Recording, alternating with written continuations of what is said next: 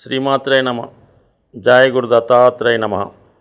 ఈ వీడియోలో మనం సకల జనుల మీద అంటే ఇంచుమించుగా దేశ రాజకీయాలు అవ్వచ్చు, ఆర్థిక వ్యవస్థ అవ్వచ్చు, ప్రతి వ్యక్తి పైన ఏ గ్రహ ప్రభావం ఉన్నా లేకపోయినా రాహుగ్రహ ప్రభావం ప్రత్యక్షంగానూ పరోక్షంగానూ ప్రతి ఒక్కరి మీద ఉండడం జరుగుతూ ఉంటుంది. సాధారణంగా రాహు ఏ రాశిలో ఉంటే ఆ రాశి ప్రభావాన్ని ఇవ్వడం జరుగుతూ ఉంటుంది. అలాగే ఏ గ్రహంతో కలిసి ఉంటే ఆ గ్రహం యొక్క ఫలితాలు ఇవ్వడం జరుగుతూ ఉంటుంది. అలాగే ఏ గ్రహంతో చూడబడుతున్నా ఫైనల్గా ఒక రాశిలో ఉన్నప్పుడు ఏ నక్షత్రం మీద సంచరిస్తుంటే ఆ నక్షత్ర ప్రభావాన్ని జాతకుడికి వారి వారి కర్మలను బట్టి రాశులను బట్టి రాహుగ్రహం ఇవ్వడం జరుగుతుంది. అంటే కర్మని కంట్రోల్ చేసే ప్లానెట్గా రాహుగ్రహాన్ని చెప్పడం జరుగుతూ ఉంటుంది. రాహుకి ఒక విధంగా ఒక ఉన్న భావాన్ని కానీ తను కలిసి ఉన్నటువంటి గ్రహం యొక్క ఫలితాన్ని బాగా ఎక్స్పాండ్ చేసి చెప్పడం జరుగుతూ ఉంటుంది. అంటే బాగా ఎక్కువ చేస్తూ ఉంటుంది అన్నమాట. దాన్ని ఇంప్లిమెంట్ చేస్తూ తన యొక్క సహజమైనటువంటి గుణాలని దాన్ని కలిపి జాతకుడికి అందివ్వడం జరుగుతూ ఉంటుంది. ఉదాహరణకి రాహు గురువుతో కలిసి ఉన్నప్పుడు జన్మజాతకంలో గురుచండాల యోగం అని అంటారు. అంటే ఏమిటి? గురువు మంచి లక్షణాలు కలిగి ఉన్నటువంటి ఒక మంచి గ్రహం. రాహుతో కలియడం వల్ల ఏమవుతుందంటే గురువు యొక్క లక్షణాలని రాహుతో కలిసి చెప్పడం వల్ల అది వ్యతిరేక భావాలు అంటే చట్టాన్ని వ్యతిరేకించడం, మన దైవాల్ని దూషించడం, పెద్దల్ని అగౌరవపరచడం, చదువు యందు శ్రద్ధ లేకుండా మిగతా యాక్టివిటీస్లో పాల్గొనడం, ఈ విధంగా సంఘ విద్రోహ శక్తులు అనొచ్చు, స్మగ్లింగ్ అనొచ్చు, రకరకాల యావిగేషన్స్ గురువు రాహుతో కలియడం వల్ల ఈ గురుచండాల యోగం ఏర్పడుతుంటుంది. అదే రాహు చంద్రుడితో కలిసి ఉన్నప్పుడు జాతకుడికి విపరీతమైనటువంటి ఆశ కలిగి ఎక్కువ కోరికలు కలిగి అవి తీరకపోవడం వల్ల అనేక రకాల సమస్యలతో మానసిక సమస్యలతో బాధపడుతూ ఉంటాడు. అదే మరి రవితో కలిసి ఉండడం వల్ల ఒక సర్పదోషం అనే దోషం ఏర్పడడం వల్ల సంతానం విషయంలో కానీ జాతకుడి అభివృద్ధిలో కానీ ఇలా రకరకాలుగా అంటే రాహు మాత్రం ఖచ్చితంగా ఏదో ఒక ఫలితాన్ని ఏదో ఒక రూపంలో జాతకుడికి ఇవ్వడం జరుగుతూ ఉంటుంది. అయితే శనితో కలిసి ఉన్నప్పుడు మాత్రం ఏం చేస్తాడంటే జాతకుడు వృత్తిలో అంటే శని వృత్తికారకుడు అవ్వడం వల్ల అటువంటి రాహు శనితో కలిసి ఉన్న పుట్టినప్పుడు శని యొక్క నక్షత్రంలో ఉన్న ప్రస్తుతం మరి ఈ రాహు భగవానుడు శని యొక్క నక్షత్రం మీదకి మారడం జరిగింది. ఉత్తరాభాద్ర నక్షత్రం మీదకి రావడం వల్ల శనికి సంబంధించినటువంటి వృత్తి ఖచ్చితంగా అది బాగా ఎక్స్పాండ్ అయ్యే అవకాశం ఉంది. రాహువు శని కలిసి ఉన్నప్పుడు జాతకంలో ఉన్న వాళ్ళకి ఇప్పుడు ఈ గోచారీత్యా రాహువు శని కలబోతున్నారు కాబట్టి వాళ్ళకి పాజిటివ్ ఫలితాలు రావడం జరుగుతూ ఉంటుంది. ఎక్కువగా శని రాహుల కలయిక అన్నది సాఫ్ట్వేర్ రంగం, మొత్తం సాఫ్ట్వేర్ రంగం అంతా కూడా రాహుతో ముడిపడి ఉంటుంది. ఎవరి ఖచ్చితంగా చెప్పచ్చు, రాహు మీ జాతకంలో శనితో రాహు కలిసి ఉంటే వీడు ఖచ్చితంగా సాఫ్ట్వేర్ రంగంలోకి వెళ్తాడు. దాని తర్వాత మళ్ళీ సినిమా రంగం, మీడియా, సినిమా రంగంలో ఎక్కువ ఉన్న వాళ్ళకి రాహుతో శని కలిసి ఉంటే వాళ్ళు సినిమా రంగంలో బాగా రాణించగలుగుతారు. బాగా టెక్నాలజీ ఉపయోగించుకొని, కంప్యూటర్ టెక్నాలజీ ఉపయోగించుకొని జీవితంలో చాలా అంటే ఉన్నది లేనట్టు చూపడం, లేనిది ఉన్నట్టు చూపడమే రాహు యొక్క లక్షణం. అందువల్ల ఏంటంటే పెద్ద పెద్ద సినిమాలు తీస్తున్నటువంటి వాళ్ళ మీద కూడా ఈ రాహు ప్రభావం ఉంటుంది. అందుకని వాళ్ళు చాలా హైలైట్గా చాలా కోట్లాది రూపాయలు ఖర్చు పెట్టి మరి సినిమాలు తీస్తుంటారు. అంటే ఒక చిన్న సబ్జెక్ట్ని పెద్దగా హైలైట్ చేయడం కూడా రాహు కారణం అవుతుంటారు. కాబట్టి సినిమా ఇండస్ట్రీ మొత్తం రాహుగ్రహం ఆధీనంలో ఉంటుంది. సాఫ్ట్వేర్ రంగం మొత్తం ఆధీనంలో ఉంటుంది. అలాగే ముఖ్యంగా ఇండస్ట్రీస్ రంగంలో రైల్వేస్ అంటే రాహు ఒక సర్పానికి సంబంధించినటువంటి గ్రహం కాబట్టి మీరు ఒకసారి ట్రైన్ అబ్జర్వ్ చేస్తుంటే మనకు పైనుంచి చూసినా ట్రైన్ వెళ్తున్నప్పుడు బ్యాక్ నుండి చూసినా ఒక పెద్ద సర్పం మెలికలు తిరుగుతూ వెళ్ళినట్టు అనిపిస్తూ ఉంటుంది. అందువల్ల రైల్వే ఇండస్ట్రీ అంతటి కూడా రాహు కారణం అవుతుంటాడు. మరి ఇప్పుడు ఈ రాహు మనకి ఉత్తరాభాద్ర నక్షత్రం మీదకి రావడం, అలాగే రాహు వెనక విధంగా సంచరిస్తూ శని భగవాన్ని కలబోతున్నాడు. శని భగవాన్ కూడా నెమ్మదిగా రాహుని కలబోతున్నాడు.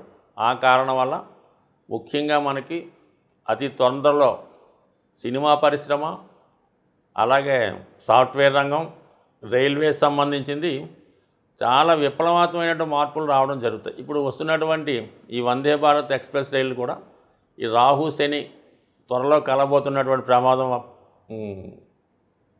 కలగబోతున్నటువంటి విశేషం వల్ల ఈ రైల్వేస్ కూడా ఇంచుమించుగా ప్రతి రైల్వే స్టేషన్ బాగా ఇంప్రూవ్మెంట్ అవ్వడం, చాలా డీసెంట్ అయినటువంటి రైలు రావడం, ఇవన్నీ కూడా ఆ ఇండస్ట్రీకి కూడా ఇది కారణమవుతుంది.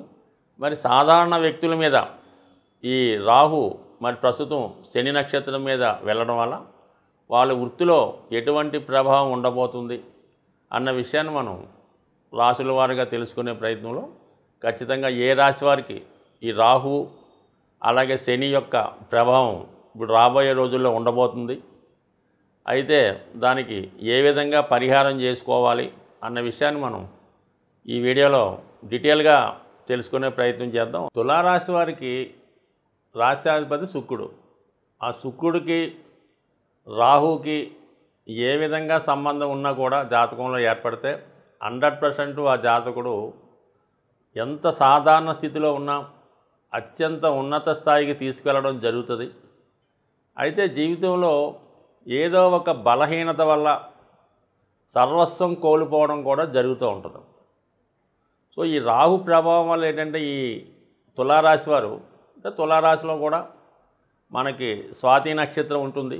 స్వాతి అధినేత కూడా రాహు అవటం వల్ల వీళ్ళు ఒకసారి చేసి నష్టపోయిన పనినే మళ్ళా చేస్తుంటారు. ఆ కారణం వల్ల ఏంటంటే ఆ ఊబిలోంచి బయటికి రాలేకపోతుంటారు. సో ఆ కారణం వల్ల ఏంటంటే వీళ్ళు జీవితంలో నష్టపోతే బాగా అతప్పాలకు వెళ్ళిపోవడం జరుగుతుంది. అదే కొన్ని సందర్భాల్లో కలిసి వస్తే అత్యున్నత స్థాయిలోకి వెళ్ళడం జరుగుతూ ఉంటుంది. అది 100% రాహు ప్రభావం.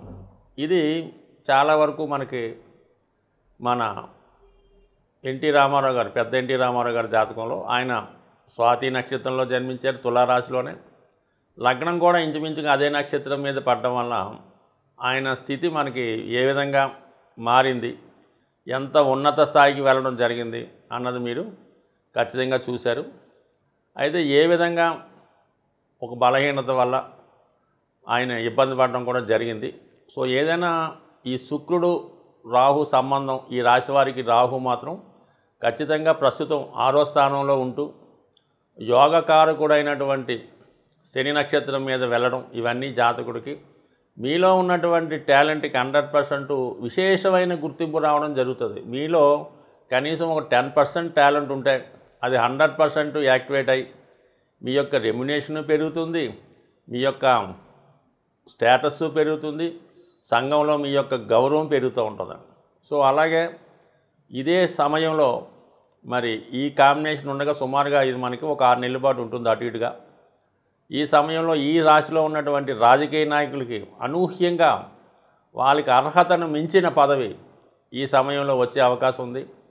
ఈ రాహు మీకు కంపల్సరీగా 6వ స్థానంలో ఉండడం, ఎంత గొప్ప సమస్య నుంచైనా, ఎంత పెద్ద స్కామ్ నుంచైనా ఖచ్చితంగా దాని నుంచి బయటపడి గతంలో పోగొట్టుకున్నదంతా కూడా తిరిగి వచ్చే స్థాయి వరకు ఉండే అవకాశం ఉంటుంది. అది కేవలం నిజాయితీగా ఉండి మీకు నిజంగా రావాల్సి ఉంటే ఖచ్చితంగా ఈ సమయంలో మీరు పోరాడండి.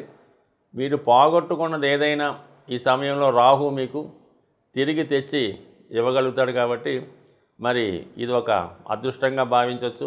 ఎటువంటి కాంపిటేటివ్ ఎగ్జామ్స్లో అయినా నెగ్గే అవకాశం ఉంది. ఎక్కువగా ఈ తులారాశి వారు సెలబ్రిటీ రంగంలో ఉంటారు. వాళ్ళకి ఏముందంటే మామూలుగా చిన్న ఫంక్షన్కి పిలిచినా, చిన్న ఓపెనింగ్కి పిలిచినా కూడా మరి వాళ్ళకి బహుమతిగా కోట్లాది రూపాయలు ఇవ్వడం జరుగుతూ ఉంటుంది. మరి ఈ మధ్యన మనం అది కూడా చూసాం. కాబట్టి ఏదన్నా మీ డిమాండ్ పెరిగింది, మీ యొక్క ఆలోచన సరళి, అలాగే మీ యొక్క అలవాట్లు కూడా మారుతూ ఉంటాయి. అప్పుడు దాకా సాధారణటువంటి కారులో తిరిగిన వాళ్ళు అత్యంత ఖరీదైనటువంటి ఫారెన్ కారులో లాంటిది ఎంజాయ్ చేయడం, పెద్ద పెద్ద హోటల్లో స్టే చేయడం, అలాగే విఐపీ లాంటి వాళ్ళు మీ చుట్టూ తిరగడం ఈ సమయంలో జరుగుతూ ఉంటుంది. అయితే మీరు ఎంతసేపు కూడా రియలిస్టిక్గా ఉంటూ నిజాయితీగా వెళ్ళాలి తప్ప వాళ్ళని ఏదో మాయ చేసి లేని ఉన్నట్టు కల్పించి చెప్తే మాత్రం ఖచ్చితంగా దానికి తగిన పనిష్మెంట్ కూడా ఇదే సమయంలో మీకు రావడం జరుగుతుంటుంది. కాబట్టి మీరు ఉన్నటువంటి స్థితిని ఖచ్చితంగా ముందుకు తీసుకెళ్లే ప్రయత్నం చేయండి. ఈజీ మనీ కోసం కానీ మాయ చేసి సంపాదించకుండా రియలిస్టిక్గా ఉంటే మీరు అనుకున్న దానికన్నా ఎక్కువే మీకు వచ్చే అవకాశం ఉంటుంది. రాహుగ్రహ పరిహారానికి ఏకైక పరిహారం, చాలా సులభంగా అందరూ చేసుకోదగిన పరిహారం ఏంటంటే, మీకు రాహుకాలంలో, అది శుక్రవారం రోజు ఉదయం 10:30 నుంచి 12 గంటల మధ్యలో సాధారణంగా రాహుకాలం వస్తుంటుంది. ఆ సమయంలో సాధ్యమైనంత వరకు మీకు దగ్గరలో ఉన్నటువంటి అమ్మవారి ఆలయంలో మరి ఒక 18 ప్రదక్షిణలు చేసి అమ్మవారి కుంకుమ పూజ కానీ, నిమ్మకాయల దండ, ఇంచుమించుగా నిమ్మకాయలు అయితే ఓ 18తో చేయొచ్చు, 108తో చేయొచ్చు. ఆ విధంగా నిమ్మకాయల హారం అమ్మవారికి వేసి, లేదంటే ఒక 4 కొబ్బరికాయలు అమ్మవారి టెంపుల్లో ఇవ్వడం, లేదా ఒక గుమ్మడికాయ అమ్మవారికి బలి ఇవ్వడం, అంటే వాళ్ళకి ఇవ్వడం వల్ల ఇది చాలా వరకు పరిహారం అవుతుంది. ఇది ఒకే వారం కాదు, ఓ 18 వారాల పాటు ఈ విధంగా చేయడం వల్ల జాతకంలో ఉన్నటువంటి సమస్త దోషాలు పరిహారం అవుతాయి. అలాగే ఎటువంటి నిందలున్నా, స్కాములున్నా, రుణాలున్నా, ఏదైనా స్త్రీల వల్ల అపవాదులు లాంటివి ఉన్నా, వాళ్ళతో ఇబ్బంది పడుతున్నా, ఇవి ఖచ్చితంగా శాశ్వతంగా మీకు పోవడం జరుగుతూ ఉంటుంది.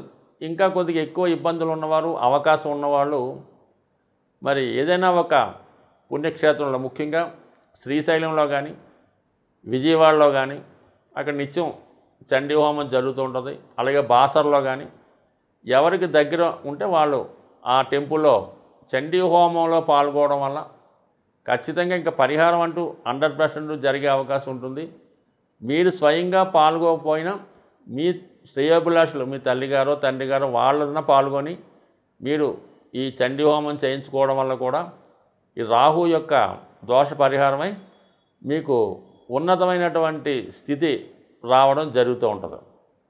అలాగే చాలా వరకు కొన్ని మరి ఆంధ్ర ప్రాంతం అయితే ద్రాక్షారామం, పిఠాపురం ఇటువంటి దేవాలయాలు దర్శించుకోవచ్చు. అలాగే బాగా మనకి మీకు కనకమహాలక్ష్మి అమ్మవారు విశాఖపట్నం, తలుపులమ్మ అని తుని దోవలో ఉంటారు ఆమె, లేదంటే మావుళ్ళమ్మ, ఈ విధంగా కొన్ని గ్రామ దేవతలుగా అనుకోవడానికి లేదు, కానీ అవి కూడా సాక్షాత్తుగా రాహు ప్రభావం వల్ల మీకు అనుకూలించే అవకాశం ఉంది.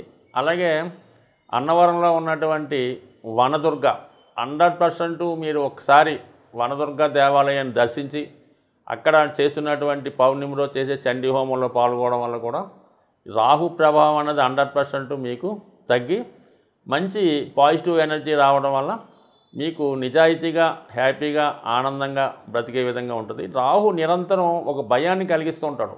అది ఎటువంటి భయం అంటే, ఒకటి మరణ భయం, 2 ఏదైనా జైలు శిక్ష పడుతుందేమో అన్న భయం.